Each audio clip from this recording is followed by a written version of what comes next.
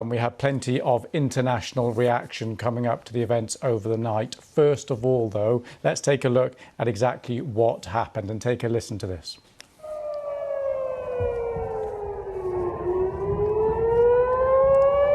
These are the sirens over Jerusalem and the explosions in the sky there over Israel. Some 300 drones and missiles fired towards Israel. And the IDF, the Israel Defense Forces, saying that 99% of them were taken out of the sky, not just above Israel. These pictures next are from Jordan. Allies helping here, the US, the UK, France, among those countries, shooting down objects over airspace outside Israel. Also Syria and Damascus, two similar scenes there. We have a look now at the Iron Dome heading back to Israel, which is the defence mechanism covering much of Israel. Interceptor missiles effectively fired from the ground there, leaving the trails in the sky up towards those drones and missiles. The assessment of the damage from Israel are very limited. No deaths, they say. Some infrastructure at a military base hit and a young girl injured and being treated. We had these pictures coming out of Iran, some government supporters celebrating there. We don't have any wider context for those pictures there. Iran saying this is a retaliation strike for what's widely believed to be an attack by Israel on the consulate in Damascus 2 weeks ago. And let's just show you a map of the region here so you get an idea of the scale of what's happened and potentially what's at stake. You can see Iran there and Israel and the distance between them. This is the very first time a direct attack on Israel from Iranian soil. Well, with me now, Jeremy Bowen, our international editor. As you can see, I'm our security correspondent, Frank Gardner. We're going to pick through exactly what this means. Jeremy, good to see you. So just tell us where we are, where the region stands right now. Well, I think the region's looking at the Israeli war cabinet and seeing what it's going to decide to do next. The message coming from Israel's Western allies, particularly the US, also the British.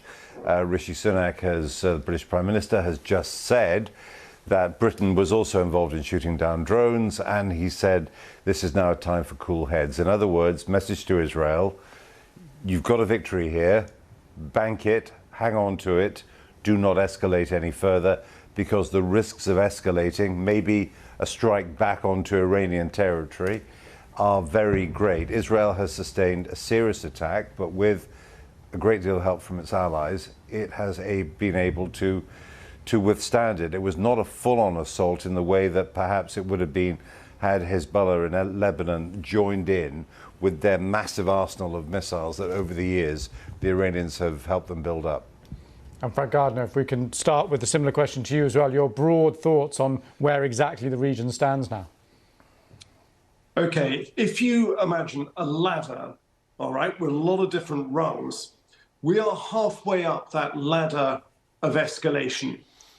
Israel could choose to go up it or down it, because right now we've seen a number of escalations, a number of red lines crossed, as Jeremy puts it. And this is certainly a red line, and it's the first time Iran and Israel have fired at each other, in this case, Iran shooting directly at Israel.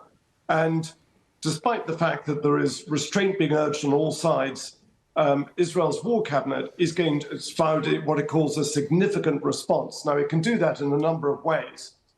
It could bide its time, strategic patience. It could hit back at its proxies, Iran's proxies like Hezbollah, as it has done, and others around the region. It could target the exact missile bases from which these drones and missiles were launched in Iran. That would be an escalation. Or it could go even further and do an all-out attack on Iranian Revolutionary Guards Corps bases throughout Iran. That would be a major escalation, and one that would prompt, I think, a massive Iranian response. And that's not what anybody in the region wants. Everyone's calling for things to calm down now, but I'm not sure that Israel is going to let this one go, as it were. OK. Jeremy, can I just get your thoughts on the Iranian foreign minister coming out and speaking, basically the lines from Iran effectively saying that this current action is finished. They described it as a defensive action. but if there are any more attacks, then they will respond. What do you think of the messaging there? Well, let's just rewind back to the 1st of April. That's when the attack took place on the Iranian diplomatic compound in Damascus, killing senior officers, senior generals, but I think more importantly for the Iranians, hitting ground they consider to be, and legally it is, Iranian soil. The Israelis have made an unconvincing argument that the presence of those officers in the building rendered it not a diplomatic premise, but a military position that it was okay to hit. That is not a convincing argument. So Iran made it very clear that they would respond. Question, how were they going to do it? The suggestion was that perhaps they might try and do something a little bit oblique, something indirect, but they've opted for this full-on attack. Now, the attack did not do a great deal of damage. Was that because they assumed, having signaled so clearly that they were going to do it, that so Israel, the Americans, the Brits and others could get ready? Or was that simply because they're simply not up to hurting Israel with its formidable air defenses along with its allies? So I think where we're at now is a time of great uncertainty. Really, the rules of the game in the Middle East have changed a lot since the Hamas attacks on the 7th of October. And now that Iran has, well, first the Israeli strike, Iran's response, what will Israel do next? We are very much in unknown territory here.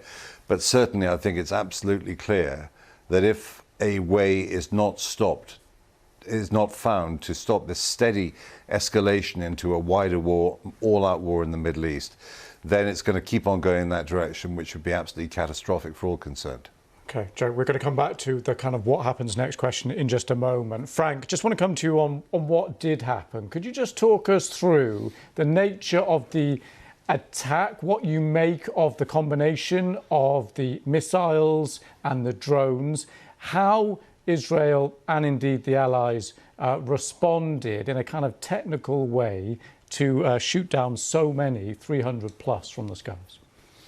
Sure. Well, Israel had a massive advantage here that it knew it was coming. The US had already signaled this as from Wednesday night. It had probably intercepted communications using its powerful signals intelligence network.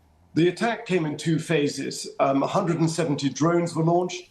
Now, they're quite slow. They take several hours to reach Israel across the 1,500 kilometers of distance between Iran and Israel.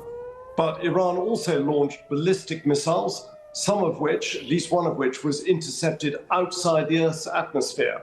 How were they intercepted? Well, there are a number of different ways. You mentioned Israel's Iron Dome there, which is its air defense system that has been shooting down a lot of rockets fired from Gaza, for example, by Hamas.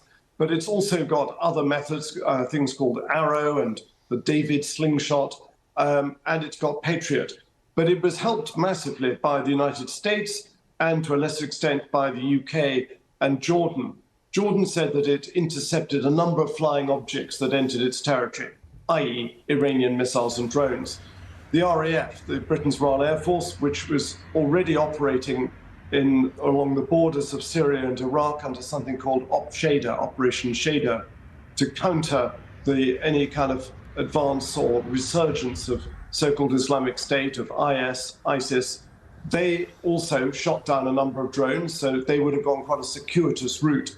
And the US Navy, which has got some very powerful warships in the region, in the Red Sea, they shot down some, and some of their jets took off. And also Israeli Air Force fighters took off from an air base in the south of Israel in the Negev to shoot them down. So it was a coordinated thing.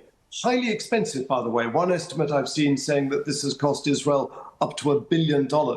But Israel right now is patting itself on the back saying, we defeated this, we knocked out 99%. Make no mistake, Iran has got a massive arsenal of missiles, of ballistic missiles. It's got a whole lot more where these came from. Okay, Jeremy, where do we go from here then? We have international meetings, we've got the War Cabinet in Israel itself, G7 convening. What does happen next? Well, interesting that when Joe Biden talked about convening the G7, so they're all going to be in front of their computer screens, he talked about for a diplomatic response. That's clearly what he wants. But Israel's war cabinet has many times in the last 6 months defied the will of Joe Biden. Will they regard this issue as one in which they are able to do that? Or will they feel that because of all the enormous amounts of help that they actually got last night, that actually they owe their allies one and they need to pull in their spikes in terms of confronting them and going? I did notice very early on that right-wing voices in Israel, and those similar voices sustain the government in terms of votes in the parliament there, were calling for a response, saying this is a tough neighborhood. Not responding would be weak. If Israel's weak, it will be seen as vulnerable and will be attacked again. So that's the debate that they will be having there in Israel. Do what the Americans and the Brits and others want, or push back harder. Jeremy, thank you very much for that. International editor Jeremy Bowen and our security correspondent Frank Gardner, thank you as well.